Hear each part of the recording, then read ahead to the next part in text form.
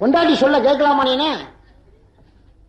அஜித்திருக்காங்க, கேட்டு பாருங்க. உமர் ரலியல்லாஹு பறைசாட்டினார்கள், மனைவியின் சொல்லுக்கு மாற்றம் செய்யுங்கள், அதுல பரக்கத்து இருக்கு. ரசூலுல்லாஹ்வுடைய ஹதீஸ் கூட இருக்கான். பாத்திமா நாயை கல்யாணம் முடிச்சாச்சு. அலி அல்லாஹ்வும் பாத்திமா நாயை கல்யாணம் முடிஞ்ச உடனே ஹனிமூன் போறாங்களா? இப்ப ஹனிமூன் தேன் நிலவு. அவன் கொண்டாடி இவன் அழைச்சிக்கிட்டு, இவன் கொண்டாடி அவன் அழைச்சிக்கிட்டு, எல்லாருமா சேர்ந்து குற்றாலம் போய் அவன் கொண்டாடி குளிக்கும் போது இவன் பார்க்கறான், இவ்வளவு அழகான அன்னைக்கு வச்சவன் தான் கண்ணு. எப்படியாவது கதையை முடிச்சிருன்னு முடிவு பண்ணிட்டான். அந்த மாதிரி ஹனிமூனு போறானவனால நம்பல.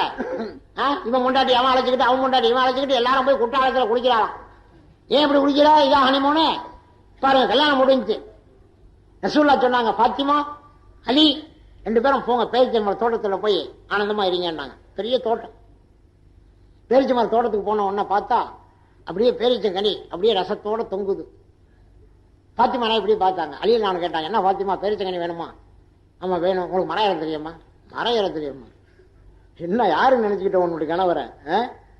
மரம் ஏறுறோம் பாரு. அலிலாவு மாதிரி வீரம் யாருக்கும் கிடையாதுங்க. மலமளமான்னு ஏறினாங்க. ஏறும் போதே சொன்னாங்க பாத்திமா நாயகி, அன்பு கணவரே, முன்னால உள்ள மட்டையை பிடிச்சிக்கிட்டு உட்காராதீங்க. அந்த மட்டை ரொம்ப காஞ்சி போயிருக்கு, அது விழுந்துரும். அதுக்கு அடுத்தாப்புல ஒரு மட்டை இருக்கு, பச்சை மட்டை, அதை பிடிச்சிக்கிட்டு பழத்தை போறீங்கன்னாங்க. அவங்க போகும்போதே நினைக்கிறாங்க. ரசூலுல்லாஹ் சொல்றாங்க, மனைவி சொல்லுக்கு மாற்றம் செய்யுண்டு. பாத்திமா நாயகி காஞ்ச மட்டையை பிடிச்ச வராங்கிறாங்க. இப்ப நமக்கு மனைவி ரசூலுல்லாஹ்வுடைய மகளா இருந்தா கூட நமக்கு மனைவி ஆயிட்டாங்க. பச்சை மட்டையை பிடிங்கிறாங்க. அப்ப பச்சை மட்டையை பிடிக்க கூடாது, காஞ்ச மட்டையை தான் பிடிக்கணும். அப்பதான் மனைவி சொல்லுக்கு மாற்றம் செஞ்சதாக அர்த்தம் அப்படின்னு சொல்லிவிட்டு காஞ்ச மட்டையை பிடிச்சாங்க. பிடிச்ச உடனே திடீர்னு கீழே விழுந்துட்டாங்க. சரியான அடிபட்டு போச்சு.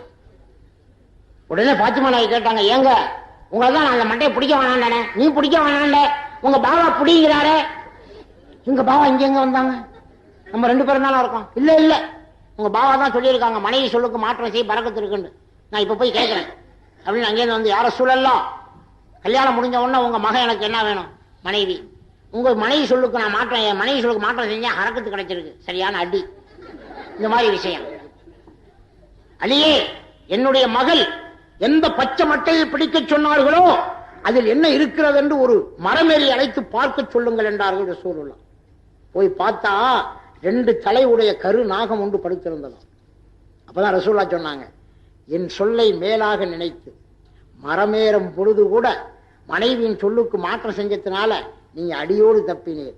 என் மகள் உங்களுடைய மனைவியின் சொல்லை கேட்டிருந்தால் அடியோடு போயிருப்பீர் என்றார்கள் ரசூலுல்லாஹ். மனைவி சொல்லுக்குங்க சில விஷயத்துல மாற்றம் தான் செய்யணும். 100 ரூபா கொடுங்க, 1000 ரூபா கொடுக்காதீங்கன்னா 1000 ரூபா கொடுக்கணும். அவ 1000 ரூபா கொடுங்க, 100 ரூபா கொடுக்காதீங்கன்னா 100 ரூபா கொடுக்கணும். என்ன காரணம்? மனைவி சொல்ல கேட்ட ஒரு கதை தெரியுமா உங்களுக்கு? பல்லு வலி ஒருத்தருக்கு வந்துருச்சு, கடாப்பல்லு. நேரா டாக்டர் கொண்டு போய் காமிச்சாரு. டாக்டர் சொன்னாரு, இந்த பல்ல புடிங்கிருந்துங்க, 32 ரூபா ஆகும்டாரு. அந்த ஆளு சொன்னாரு, 32 ரூபாங்களா? ஆமா. என் மனைவிட்ட கேட்டுக்கிட்டு வர்றேன். ஏன்யா? வாங்குற சம்பளத்தை கொண்டு போய் அப்படியே மனைவிட்ட கொடுத்துருவேன். சுருட்டுக்கு வெத்தலை பார்க்க கூட என் மனைவிட்ட தான் காசு நான் வாங்கிக்குவேன். அவ்வளவு கண்டிஷனான ஆளு என் மனைவி. சம்பள பணம் 1000 ரூபாய் வாங்கினோடனே எங்க பணம்?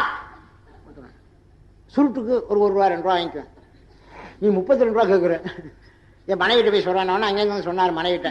மனைவி கேட்டாங்க, யாரு டாக்டரு? சித்திக்கு. நம்ம பையன் சித்திக்கு இப்பதான் டாக்டர் ஆகி வந்திருக்கான். 32 ரூபாயா கேட்டான் ஒரு பல்லுக்கு. நான் வர்றேன் அப்படின்னு ரிக்ஷா வச்சுக்கிட்டு இவங்க போயிட்டாங்க. இவங்க போய் அங்க பல்லுக்கு பேசிக்கிட்டு இருக்காங்க. இவர் கூட்டாளிட்ட பேசிக்கிட்டு நிற்கிறார். அந்த அம்மா கேட்டாங்க, என்ன தம்பி 32 ரூபா கேட்கிற ஒரு பல்லுக்கு, வேற என்ன? அது டாக்டர் சீட்டு பிடிக்கிறதுக்கு 5 லட்சம் ரூபா கொடுத்துருங்க. டாக்டர் படிப்பு படிக்கிறதுக்கு சீட்டு வாங்கவே எவ்வளவு கொடுக்கணும்? 5 லட்சம் ரூபா கொடுத்துருங்க. ஒரு பல்லுக்கு 32 ரூபாங்கிறீங்களா? ஏன் நீங்க வேண்டாம் 2 பல்லு எடுத்துக்கிட்டு 28 ரூபா கொடுங்களான்டாரு. அப்ப அந்த அம்மா சொன்னாங்க, 3 பல்லு எடுத்தா எவ்வளவு உண்டாங்க? 27 ரூபான்டாரு. 4 பல்லு எடுத்தா 26. அந்த அம்மா பல்ல கூட்ட இவர் காசை குறைக்க 5 பல்லுக்கு 6 பல்லுக்கு 24 இப்படியே குறைஞ்சே வந்து 32 பல்லுக்கும் எவ்வளவு உண்டாங்க? 1 ரூபான்ட்டாரு. ரைட். பேசி முடிச்சது இந்த ஆளுக்கு தெரியாது. இந்த ஆள் கூட்டாளிட்ட பேசி நினைக்கிறேன். அந்த சித்திக்கு டாக்டர் பார்த்தாரு, இந்த பொண்டாட்டி பேச்சை கேட்கறவனுக்குலாம் இப்படி தாண்டா செய்யணும், இதை நிச்சயமா செஞ்சு விட்டுற வேண்டியதுதான் அப்படின்னு ஒரு முடிவு பண்ணிட்டாரு. வயசு 28ங்க. ஏங்க போய் உட்காருங்க, எல்லாம் நான் பேசிட்டேன் அப்படின்னு உடனே இவன் பாட்டு போய் உட்கார்ந்தான். அந்த ஆளு 2 அழகுலையும் 4 பக்கத்துல 4 ஊசியை போட்டு விட்டு 32 பல்லையும் பிடிக்கிட்டான். 28 வயசு, பல்லு புடிஞ்சாச்சு. 4 மணிக்கு மயக்கம் கொடுத்தது, 5 மணிக்கு மயக்கம் தெளிஞ்சு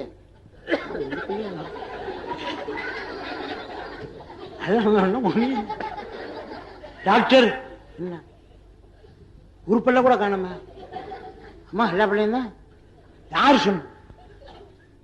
மனைவிட்ட கேட்டு, என்னாடி வாங்க, நீங்க ஒரு பல்லுக்கு 32 ரூபா, நான் 32 பல்லுக்கும் 1 ரூபா. அடி சண்டாளப்பா, 28 வயசுல கல்யாணம் ஆக்கி விட்டு என்ன. வெளியே வந்தாரு கூட்டாளி, என்ன ஆமா இப்ராஹிம், என்னப்பா பல்லெல்லாம் காணோம்? பொந்தாச்சி பேச்ச கேட்டா பக்கம் தாண்டா போகணும். நான் பொண்டாட்டி பேச்ச கேட்டா சொக்காயனா தான் போகும். அந்த மாதிரி நம்மள ரொம்ப பேரு பொண்டாட்டி பேச்ச கேட்க ஆரம்பிச்சுட்டாங்க. தர்மம் செய்யறதுக்கு உன் மனைவி நல்லவளா இருந்தா நீ கேட்கலாம். சம்ஸ்கிருதாவில் சொன்னாங்க, நீடூல ஒருத்தர் இருந்தாராம். அவரை கூப்பிட்டு, தம்பி ஆம்பிளிஃபயர் வீணா போச்சு, 2000 ரூபாய் ஆகுமா, நல்லது எடுத்து மனைவிட்ட கேட்டுட்டு வந்து சொல்றேன். அதே மாதிரி ஃபேன், தம்பி 4 ஃபேன் போடணும், நல்லது எடுத்து போடுறேன், என் மனைவி கேட்டு வந்து சொல்றேன் பாரு. இப்ப அதிர்த்துக்கு ஒரு அதிர்ச்சி, என்னடா இந்த ஆளு மனைவியை கேட்டு வந்து செய்யறேங்கிறாரு, ஆனா செஞ்சிடுறாரு. 5000 ரூபாய் இருந்தாலும் செஞ்சிடுறாரு. என்ன காரணம்னு கேட்கும் போது அப்ப சொன்னாராம், அதுல என் மனைவி நல்லவன், என் மனைவி என்னை விட தர்மம் செய்வதிலே அதிக ஆர்வம் உடையவள். இந்த 2000 ரூபாய்க்கு நீங்க ஆம்பிளிஃபயர் போட சொல்றீங்க, நான் மட்டும் போட்டேன்டா அந்த நன்மை எனக்கு மட்டும் கிடைக்கும். என் மனைவிட்ட போய் இந்த மாதிரி அது சொல்றாங்க, அல்ஹம்துலில்லாஹ் செய்யுங்க, 2000 ரூபாய் இருந்தாலும் செய்யுங்க, 2500 ரூபாய் இருந்தாலும் செய்யுங்க அப்படின்னு அவன் மனைவி சொல்லுவாங்களாம். என் மனைவி தடை சொல்ல மாட்டாள், நன்மையில் அவளுக்கும் பாதி கிடைக்கட்டும் என்பதற்காகத்தான் என் மனைவியிடத்திலே நான் உத்தரவு கேட்டு என் மனைவியிடம் மாட்டாள் என்ற நம்பிக்கை செய்யறேன். அந்த மாதிரி உன் மனைவி இருந்தா நீ இங்கேருந்து போய், ஏன் ஆயிஷா மரிசாக்கு 1000 ரூபாய் கேட்கறாங்க கொடுங்க அப்படின்னா உனக்கு பாருங்க, இவத்தான் 1000 ரூபாயா அப்படின்னு ஒன்னையும் சேர்த்து நரகத்துக்கு கொண்டு போக பாக்குறாள். என்ன செய்ய போற? சேர்த்து வச்சு என்ன செய்ய போற? எல்லாம் சேர்த்து வச்சிருக்க, திடீர்னு வந்துட்டாரு இஸ்ராயேல். மனைவிட்ட கேன முன்னாடி இஸ்ராயேல் கூப்பிடுறாரு, போட்டோமா? அதான் போகாதீங்க, நாளைக்கு வரேன்னு சொல்லுங்க. நாளைக்கு வரேன், வேறும் நாளைக்கு இவ்வளவையும் வச்சு என்ன செய்ய போற? அல்லாஹ் சொல்றான், நாளைக்கு சொல்றான். அதை நாளைக்கு முதியோர் கல்வியை பற்றி பயான் இன்ஷா அல்லாஹ்.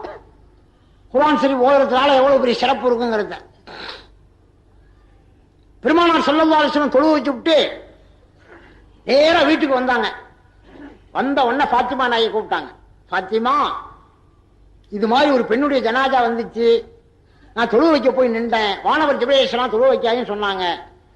கடைசியா அவருடைய கணவனை கூப்பிட்டு மன்னிச்ச உடனே அல்லாஹ் தஆலா அந்த கபரை சொர்க்க பூங்காவாக்கிட்டான், இவ்வளவு விஷயமும் நடந்துச்சுன்னு சொன்னாங்க.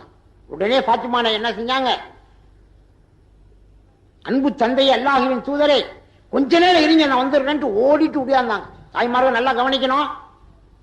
இலக்கியது ஃபாத்திமா நாய்க்கு. ரசூலுல்லாஹ் கேட்டாங்க, ஃபாத்திமா எங்கம்மா போயிட்டு வர்ற?